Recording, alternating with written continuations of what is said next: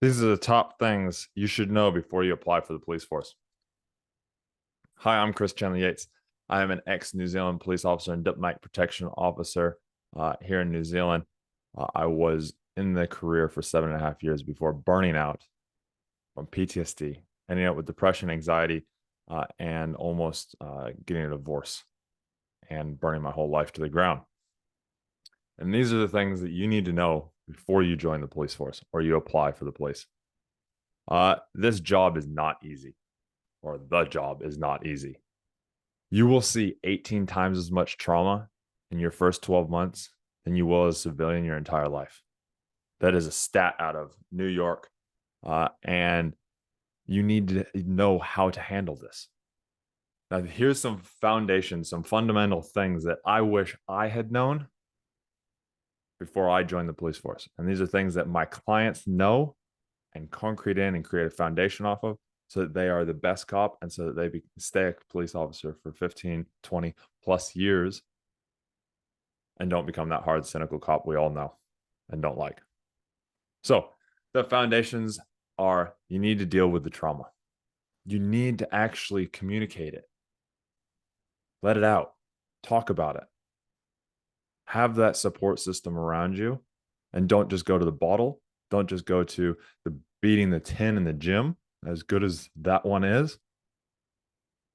Communicating it out is essential. Debrief situations. Talk about how you're doing. Talk about what you felt in it, how it affected you. Don't be the macho ego person. It's an A-type personality. It's an A-type job, but you don't need to be that ego person. Bring that sensitivity side of it to the job, and trust me, you'll be much better. The next thing is focus. Remember where you're focused on.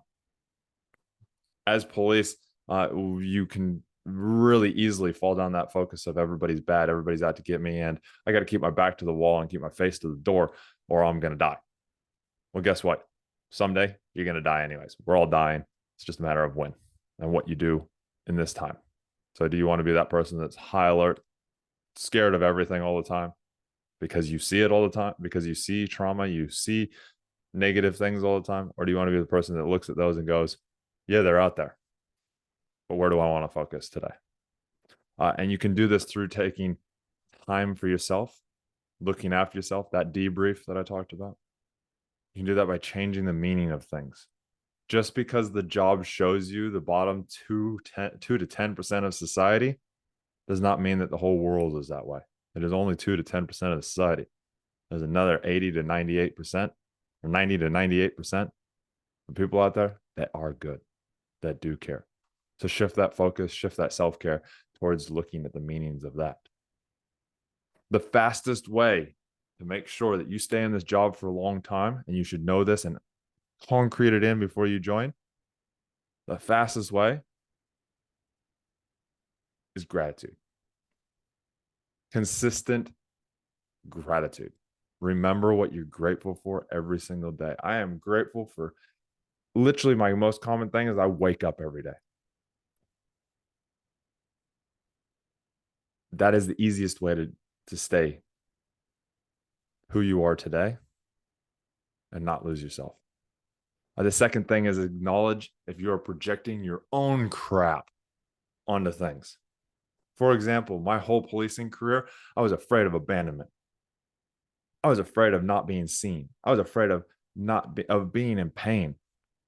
And I would project that everywhere. I would project it onto other people. I would project it onto things that people would do and put it onto and then bring it and be like, oh my God, that's towards me. Because I didn't know where it came from.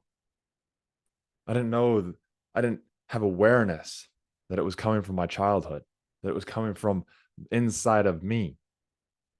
I was thinking it was everybody else doing it to me, but actually I was projecting it onto everybody else. So having acknowledgement and having awareness of that can change everything, because then you start to look at the world differently. That focus changes, that self-care becomes easy. The meanings of things aren't as negative.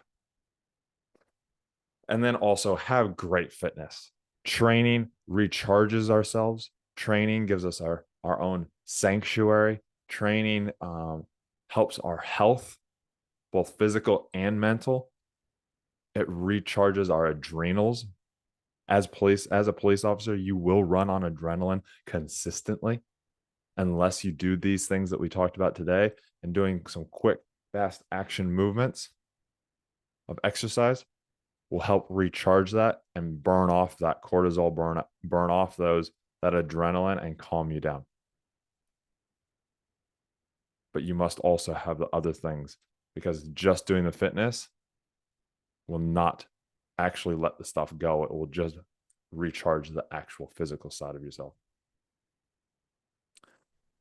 If you want to learn more about this and you want to really implement this in, two things you can do. One, reach out, comment down below, or send me a direct message, and we can get my trainings into your police department. Or if you want to do this and you want to learn to build your fitness, want to learn to build that mindset, go to the link down below. You'll see the webinars, and also check out the police fitness prep program, which is all about building that fitness for police so that you become the best police officer you can be, while taking the mental side of stuff and grabbing that 2%, that top 2% of performance out of yourself, so you're more confident, more motivated, more driven, and become the version of yourself that you want to stay and become. Like, subscribe, hit that notification bell so you don't miss anything else. I do these videos so that you become that better, stronger, more amazing police officer, and you don't end up where I did, because trust me, it sucks to be there. Till next time, train hard, chest easy.